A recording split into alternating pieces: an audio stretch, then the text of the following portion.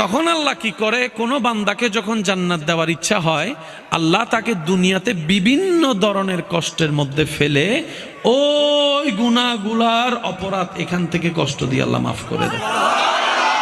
তাই নবীজির হাদিস এখানে একটা অ্যাড করতে চাই। নবী রাহমাতুল্লিল আলামিন বলছেন, মুমিন বান্দার বিষয়টা বড়ই চমৎকার। মুমিন বান্দার বিষয়টা বড়ই চমৎকার। তারা হাসলে সদকায়ে জারিয়া, সওয়াব আর সওয়াব। তারা কান্না করলে রব করে দেয় গুনাহ মাফ। রাস্তায় হাঁটার পথে যদি কেউ একটা কাঁটা ফুটে ব্যথা সহ্য করে রবের উপর নারাজ না হয়ে খুশি থাকে, আল্লাহ তাআলা ওই বান্দার কাঁটা ফুটার ব্যথার অনুমান আল্লাহ পাক জাহান্নামের আযাব থেকে বাঁচার মতো গুনাহ মাফ করে দেন।